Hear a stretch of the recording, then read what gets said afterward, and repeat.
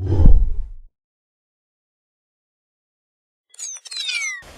everybody, I hope you're all doing well. This is going to be a natural hair journey video. I know I've already done one before, but first of all it got deleted, and secondly I've done a lot of colouring with my hair. I've dyed it, then I highlighted it, then I bleached it, and I did this, that, so I guess I could give a colour update.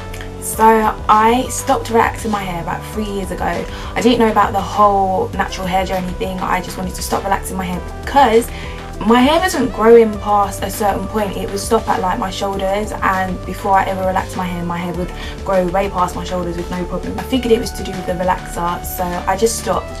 I carried on straightening my hair so that the roots would blend in, and then I came across Fusion of Cultures, aka Layla, and I was just amazed by her hair. Like, her hair was amazing, and I watched all her videos and I decided I was going natural. So when I first started, I just used to slick my hair up in a bun.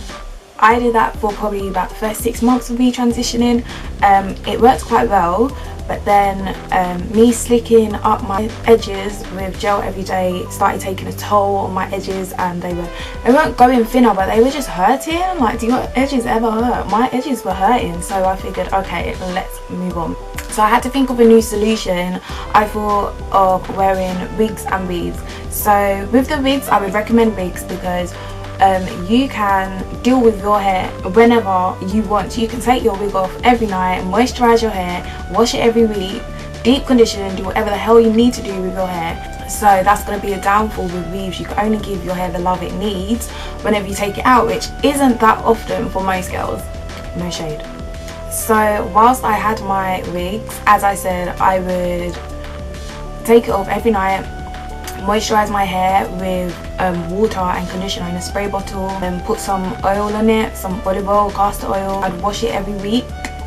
Once it started getting longer, I'd wash it every 2 weeks. I didn't really know about deep conditioning, or I knew about it but I was too lazy to do it, and that took me up to about the 2-year point. So I wore my hair in a bun for 6 months and wigs and weaves for the extra 1.5 years. About a year into it, I decided to do the big chop.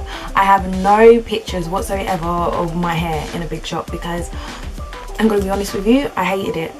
So I carried on with the wigs and the weaves until I thought my hair was at a point that I would feel comfortable wearing out. The first wig I ever had was a full head wig, which was the best decision I could have ever made. I don't know why I tried to switch up my style, but anyway, because your hair's in a full head wig, all your hair is covered, which is the best protective style you can have. After that, I had a side part, no, it was this side, I had a side part in, and after that I had a middle part in, and I had all my edges out. And the reason why I say it's bad to have your edges out is because you're going to need to do some blending to blend your afro hair in with this wig, whatever like textured hair it has. When I had the middle part in, it was straight hair, so I'd have to straighten my hair to blend in with the straight hair every day. So I accumulated a lot of heat damage.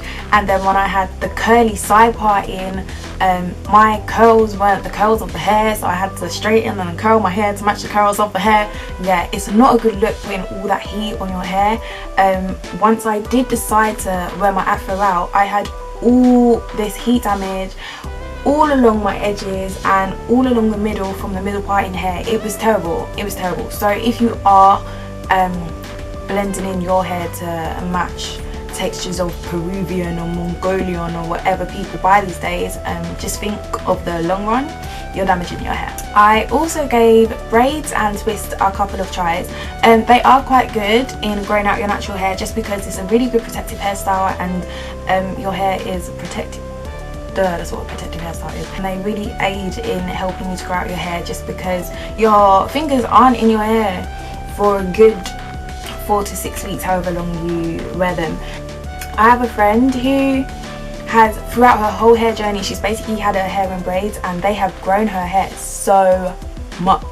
Shout out to Joe! I only did that style probably about twice just because I don't really like sitting about for like 6 to 12 hours plaiting my hair or twisting my hair. But if you don't mind the time consumingness of it, I would say they are a really good way to grow out your hair.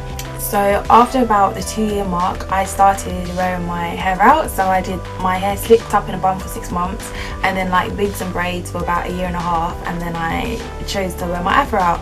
I would say since that point it's been such a learning curve, like a steep learning curve, because my first ever twist out or braid out, it was not popping, like it looks ridiculous, and I get girls messaging me on Tumblr saying I'm newly natural and my twist outs, they look terrible and blah blah blah blah, and I just message them and say it's all about practice.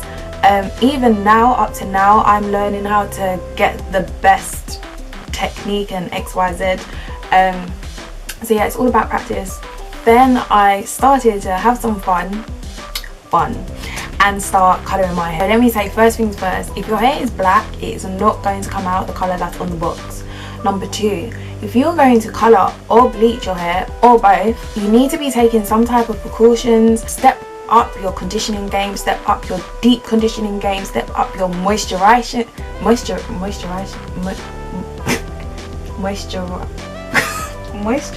game. Is that a word? Moisturizing game. Step up your moisturizing game. Step up your moisture game.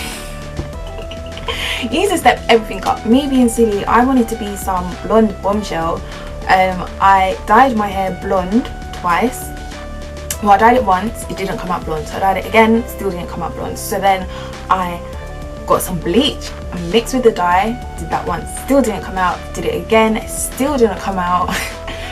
Yeah, you see where this is going, but this is a colour that I've ended up with. I love it to pieces. I think it really compliments me, but that's just for anybody that's thinking of dyeing their hair in the future. Yeah, you really need to consider how you're going to step up your game and make sure your hair doesn't become dry and fall out or start breaking. Me, I personally am going to do another big chop. Even though all my friends have told me not to, I want to do it just because all the colour needs to go. Even if I grow it out and then cut it off, I might as well just do it now. I still want to just have fun with my hair. I don't want to be like someone that's a slave to length and is always worrying about length.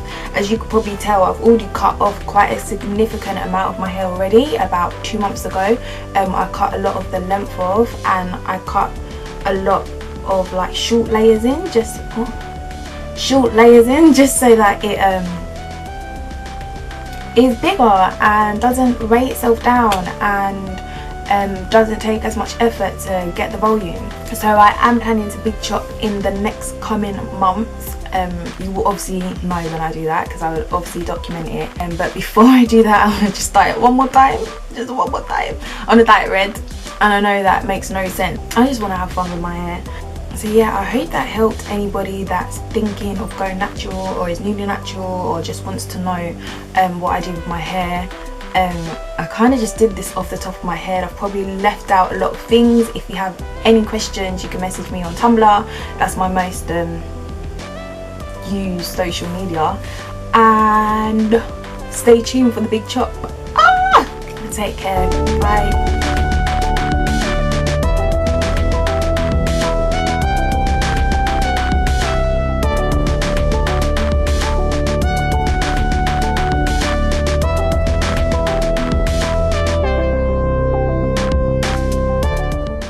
Shout out to Joe!